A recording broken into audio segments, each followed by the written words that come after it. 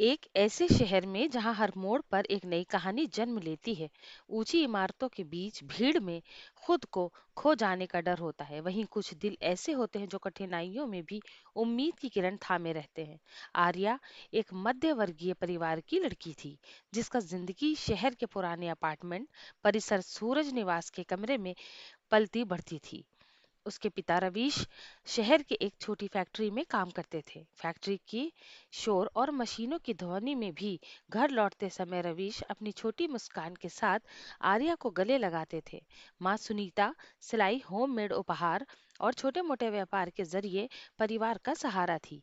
वो अक्सर अपनी किचन की पुरानी रागों के साथ जाम कबाब और मीठे पकवान बनाती, जिससे अपार्टमेंट में खुशबू फैल जाती। आर्या के मन में हमेशा माँ की सुनाई गई कहानियां, जो प्यार और संघर्ष की मिसाल थी, गूंजती रहती। शहर की तेज रफ्तार, स्कूल के बस, ट्रेन, मेट्रो स्टेशन, चारों ओर चमकते विज्ञापनों के बीच भीड़ में आर्या को अकेलापन झेलना पड़ता था। एक बरसाती शाम, जब उड़ते पत्तों और बारिशों की फुहारों ने सड़कें भीगी कर दी, उसे अपने पिता की अचानक दुर्घटना की खबर मिली। उस दिन रवीश को फैक्ट्री में एक मशीन दुर्घटना में जाकर छोड़ दिया।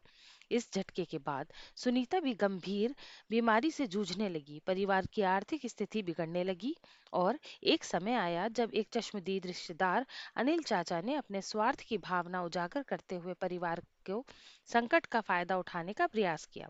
अनिल चाचा ने घर का प्रबंध अपने हाथ में लेने और संपत्तियों का फायदा उठाने की कोशिश की, जिससे आर्या के अंदर ये सोच पलने लगी, शहर में लोग कब दिल के साथ देते हैं, कब अपनी चाल चलते हैं। शहर में एक व्यस्त मोहल्ले नवचेतना नगर में आर्या का सामना रोजगार, शोर शराबे और अनजान चेहरों से होता था। उस समय उसे रोहित से मुलाकात हुई।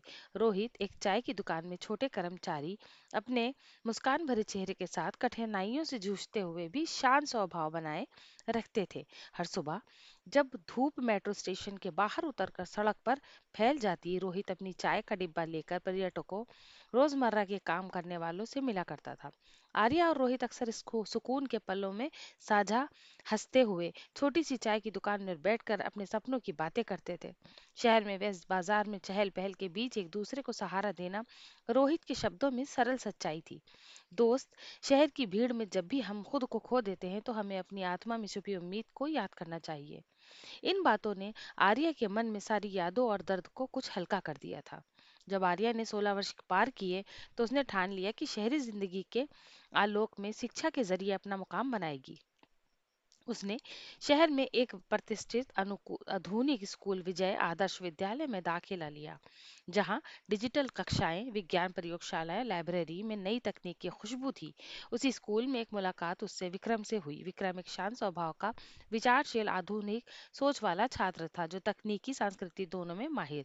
एक सुबह कक्षा में जब आर्या ने बैग दरवाजे पर गिरा दिया और किताबें तितर बितर हो गईं, विक्रम ने तुरंत उसकी मदद की और सहानुभूति मुस्कान के साथ कहा, चलो मिलकर इन्हें इकट्ठा करते हैं, एक साथ सुलझाने में चीजें आसान हो जाती हैं। उस छोटी सी बात से आर्या के दिल में विश्वास की एक नई किरण जगा दी। धीरे धीरे स्कूल में प्रोजेक्ट्स, स्कूल के म्यूजिक फेस्ट और वार्षिक उत्सवों में दोनों ने बीच में दोस्ती गहरी होती चली गई। शहर की रातें भी कम नहीं थी। रात के समय मेट्रो स्टेशन, आसपास के लोग, कैफे, झिलमिलाती सड़कें, पहले नाइट क्लब और छतों से दिखाई देने वाला शहर का नजारा, सब कुछ एक जादू से बिखरता था। एक शाम जब स्कूल से दोनों लौट रहे थे, तो आर्या ने सावन की बूंदों की भीगा रास्ता पार किया। विक्रम ने एक सुर गुलाब तोड़ा। विक्रम ने धीरे से कहा, इस गुलाब की हर पंखुड़ी में वो चमक है जो तुम्हारे चेहरे पर दिखती है, एक नई शुरुआत, एक आशा। आर्या ने गुलाब को अपने दिल के करीब रखते हुए अपने भीतर उठ रहे संघर्ष और नए प्यार की उम्मीद को महसूस किया। दोनों ने शहर में आयोजित सांस्कृतिक कार्यों में भाग लिया, जहां लाइव संगीत, कविता पाठ और रंगीन नृत्य उनके दिलों में एक दूसरे के करीब कर दिया। एक विशेष रात जब शहर में चर्च के पास स्थित खुली छत वाले कैफे में संगीत की मधुर धुन सुनाई दे रही थी, विक्रम ने आर्या का हाथ थामते हुए कहा, इस तेज शहर में भी हर नई सुबह का वादा सिर्फ तुम्हारे साथ ही पूरा होता है। इन शब्दों में आर्या को ऐसा महसूस हुआ मानो वो अकेली न रही। उसके दर्द संघर्ष के बीच एक सच्चा साथी उसके साथ है। शहर की रोशनी के बीच भी अतीत के दर्द और विश्वासघात के निशान छिपे होते हैं। धीरे धीरे आर्या ने महसूस किया कि अनिल चाचा का व्यवहार केवल आर्थिक स्वार्थ नहीं था। कुछ दस्तावेज, पुरानी फोन कॉल रिकॉर्ड्स और परिवार के पुराने फोटो से याद दिलाते थे कि किस तरह अनिल चाचा ने अपने स्वार्थ के लिए परिवार की मुश्किल घड़ियों में कठोर निर्णय लिया था। एक दिन स्कूल की एक नई सार्वजनिक चर्चा के दौरान आर्या ने सवाल उठाया कि हम अपने अतीत के दर्द और विश्वासघात को भुलाकर आगे बढ़ सकते हैं। विक्रम ने गंभीर स्वर में जवाब दिया, हम तभी आगे बढ़ सकते हैं जब हम अपने अतीत से सबक सीखें और सच्चाई को उजागर करें। इस चर्चा के बाद सोशल मीडिया, स्थानीय न्यूज चैनल और एक स्थानीय स्वयंसेवी संगठन ने अनिल चाचा के भ्रष्टाचार को कड़ाई से उजागर किया। शहर के नागरिकों ने इस मुद्दे में भाग लेकर एक साथ होकर अनिल चाचा के खिलाफ बोलने का संकल्प लिया। अनिल चाचा ने जब इस गलतियों के पर्दाफाश से डर कर प्रयास किया कि आर्या और विक्रम को दबाव में रख दिया जाए, तो शहर में विविधता ने सच्चाई के पक्ष की जोर पकड़ लिया।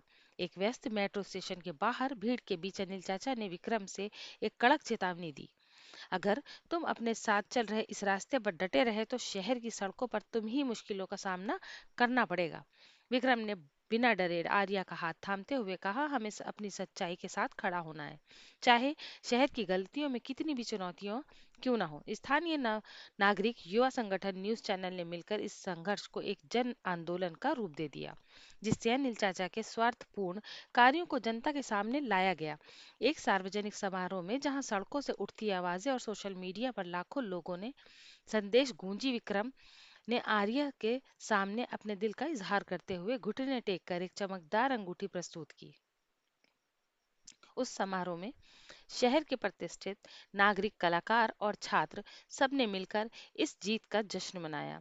समय के साथ आर्या और विक्रम ने मिलकर शहर के एक भाग में सामुदायिक शिक्षा एवं कला केंद्र स्थापित किया, जिससे उन्होंने आशा विद्या मंदिर नाम दिया।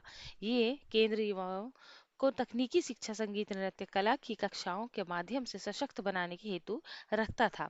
यहाँ उन्हें डिजिटल कक्षाओं का आधुनिक वातावरण, लाइव प्रोजेक्शन वाले सेमिनार और अनुभवी शिक्षकों के मार्गदर्शन मिला, जिससे उनमें आत्मविश्वास में वृद्धि हुई। आर्या अपनी माँ के दिए हुए प्रेरणादायक गीतों और हारमोनियम की मधुर धुन के साथ बच्चों को ये सिखाती थी कि कैसे संघर्ष को कला में बदलकर जिंदगी के हर दर्द को जीत में बदला जा सकता है।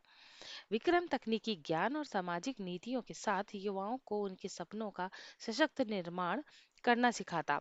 हर शाम जब शहर की लाइट्स झिलमिलाती और ट्रैफिक की आवाजें धीमी पड़ जाती, तो आशा विद्या मंदिर की छत पर बैठकर आर्या और विक्रम अपने सपनों, भविष्य की योजनाओं और प्यार की गहराई पर चर्चा करते। आर्या कहती, शहर की भीड़ में भी हमारे दिलों में सच्ची रोशनी है जो हर अंधेरी रात को खत्म कर देती है। विक्रम मुस्कुराते हुए कहता, हमारा प्यार और विश्वास हमारी सफलता की कहानी बनकर उभरता है, हर कदम, हर मोड़ पर।